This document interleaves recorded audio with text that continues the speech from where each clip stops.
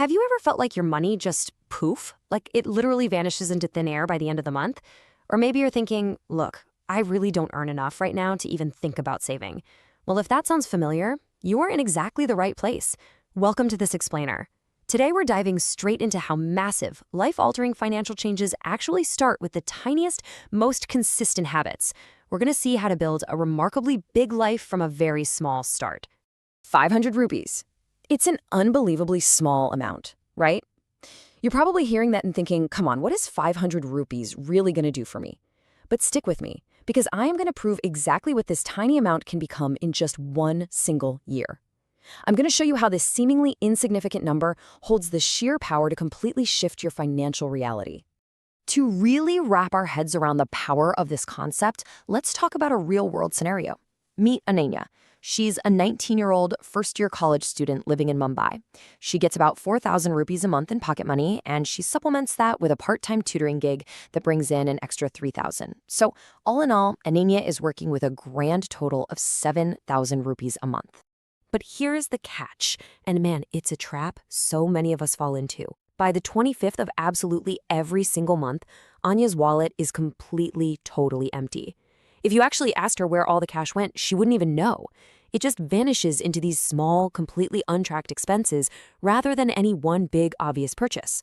A coffee run here, a Swiggy order there, maybe an impulsive late-night muncher purchase, gifts for her friends, or grabbing an auto because she missed the bus. You know how it is. It's never one huge expense. It's just the slow leak of 1,000 tiny choices. Then, out of nowhere, everything changes for Ananya on a totally ordinary day. Her roommate, Disha, who, by the way, brings in that exact same 7,000 rupees a month, casually opens up a finance app on her phone. Ananya peeks over, sees a number on the screen, and is just completely baffled. I mean, she always assumed they were in the exact same financial boat, right? Just living allowance to allowance. And here is the absolute mind blower. Disha has managed to save 47,000 rupees over 2 years on the exact same 7,000 rupee monthly income. Ananya is beyond shocked. She literally asks her, wait, you earn exactly what I earn? How on earth do you have this much? And this right here is the exact moment Ananya realizes something crucial. Saving isn't actually about how much you make, it's entirely about the system you use to manage what you have. So what's the secret? Disha drops this massive truth bomb. She doesn't hoard huge chunks of cash, and she didn't win the lottery. She simply tells Ananya, look, I never saved big amounts, I just follow a formula. You can too. Start right now. And those two words, right now, that's the real psychological shift. It's the mindset of just adopting a strategy without delay. No waiting for the perfect time or a bigger paycheck. Disha introduces this brilliantly simple formula, the 50-30-20 rule. Basically, you slice up your income into 3 pieces. The first 50%, that goes to absolute needs, your essential food, transport, college supplies. The next 30% is for wants, those coffees, the nights out, the shopping that makes life fun. But that final 20%, you pay that to yourself first. That is your savings bucket, and you set it aside before you spend a single rupee on anything else. Now, doing the math in her head, Ananya realizes 20% of her 7,000 rupee income is 1,400 rupees. And if you're used to being flat broke by the 25th, pulling out 1,400 immediately feels, well, completely impossible. But Disha explains that the exact dollar amount, or rupee amount in this case, doesn't actually matter as much as simply forming the habit. She tells Ananya, hey, if 1,400 feels too tight, starting with just 500 rupees is perfectly fine. The goal isn't the massive amount right out of the gate. The goal is just taking the action. So let's play this out and see how this theory works in real life. In month 1, Ananya sets up an automatic transfer. Bam! The second she gets paid, 500 rupees goes straight to a separate account, and she doesn't touch it. By month 3, this fascinating psychological shift happens. Just having this newfound awareness actually helps her control her spending organically. She naturally starts ordering less on Swiggy because she finally sees the big picture of where her money is flowing. By month 6, she has 3,000 rupees saved up. For the first time ever, she has money that is entirely hers. Fast forward to month 7, and it's time to level up. Disha introduces her to an SIP, a systematic investment plan. When Ananya asks what that even is, Disha uses this beautiful analogy. She says, if your money just sits in the bank account, it stays exactly the same. But an SIP and a mutual fund, it's like watering a tiny plant. You add just a little bit of water or money consistently, and it grows naturally over time, doing all the heavy lifting for you in the background.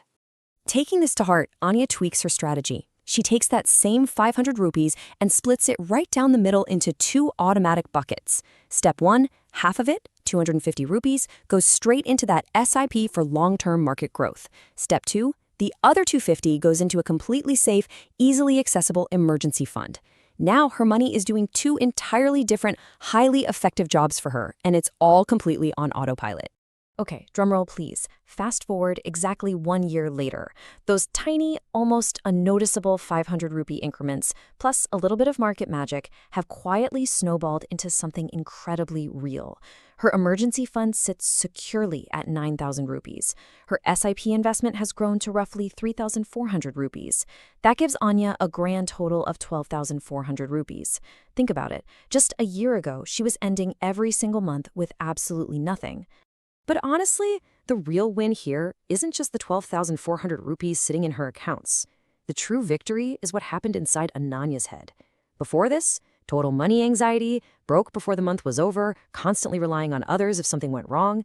After this 1 year journey, she has complete financial peace of mind. If a friend plans a sudden trip, she's got her own contribution ready to go. She literally went from constant panic to complete financial independence. And here is the absolute most important takeaway from this entire explainer. This isn't just a neat little trick for college kids. The 50-30-20 rule scales perfectly. Whether you're pulling in 7,000 rupees a month or 70,000 a month, the math just works. The habit of paying yourself first and making it automatic is the bedrock of wealth building, no matter what your current paycheck looks like. So I'm passing the baton to you. Tonight, before your head hits the pillow, I'm challenging you to take action. Step 1, calculate 20% of your income. If that feels too scary right now, make it 10%. If that's still too much to swallow, literally just pick a fixed small number like 500 rupees. Step 2, physically separate it. Transfer it to a different bank account, or if you're using cash, toss it in a literal glass jar tonight. Do not wait for the perfect plan, just make the start. Get the journey going. I really want to hear from you because saying your goal out loud is step 1 to making it real. Drop it in the comments below. What is the exact number you're committing to saving today? Is it 500? Is it 200? There's zero judgment here.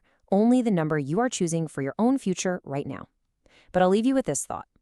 If you don't start paying yourself today, who exactly are you working so hard for? Share this explainer with that one friend who always complains about being broke by the end of the month, and let's start building those massive lives through small starts together.